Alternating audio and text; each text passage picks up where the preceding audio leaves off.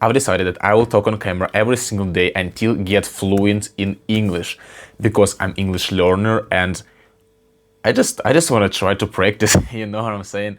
So today is episode number 63. I will just take TOEFL speaking questions and will answer them, trying to at the same time improve listening, speaking, and preparing for the future exam. First question is, do you prefer traditional classroom learning over online courses? I definitely prefer learning in traditional classrooms because I will acquire information much more better with the best quality when I see the teacher face to face, when I see explanation, when I can interact with my classmates, with the teacher exactly, ask questions directly, and be surrounded by guys like me, the same age and with the same goals of this learning. We can discuss, we can help each other, and a social interaction is much more effective than just online without real seeing your face, without seeing real maybe emotion and feeling each other. In the second task in TOEFL,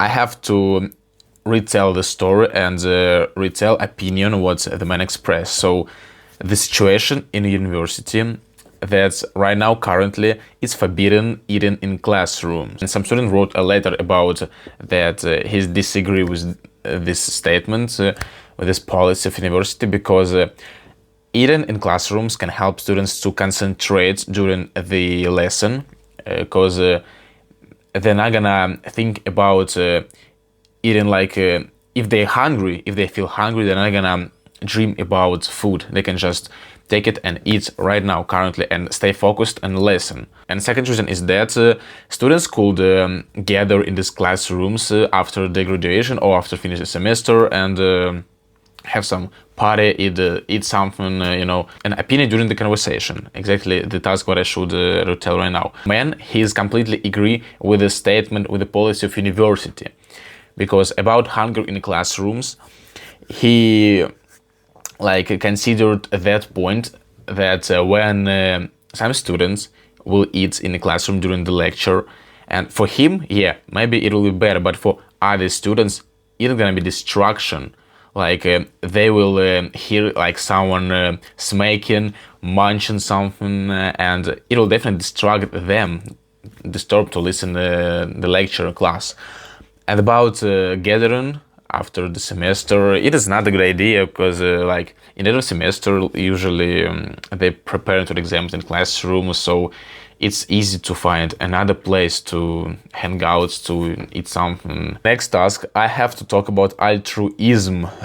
Yeah, first time when I will talk about altruism in English. How do the examples given in the lecture illustrate the philosophical concept of altruism?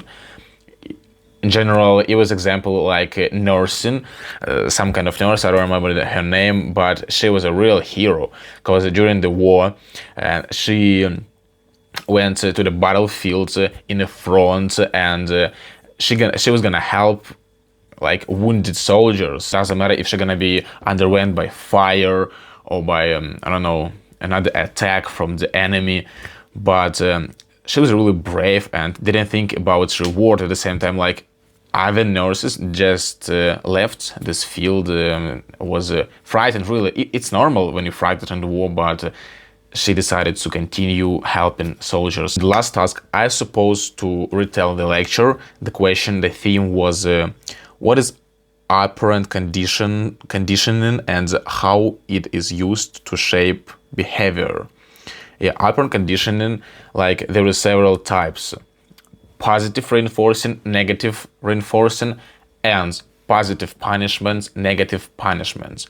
I'll try to recall everything. Operation conditioning, it is just a system of reinforcing or punishment, what can affect by the behavior of someone for the reason of something, and the consequence on some previous actions what was done by someone.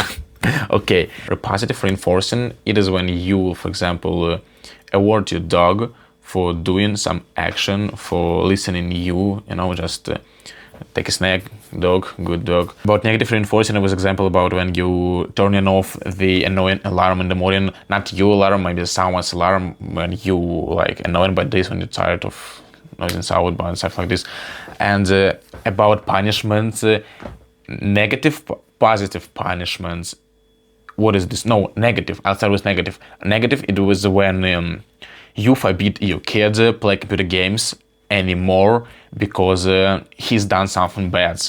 Maybe for bad behavior, for bad scores, or for not doing homework. I don't remember actually what is positive punishment, but it's also something really important to coordinate and indicate your future behavior. Alright guys, in general, this is it. That's what I'm doing here every single day, today and tomorrow we'll do.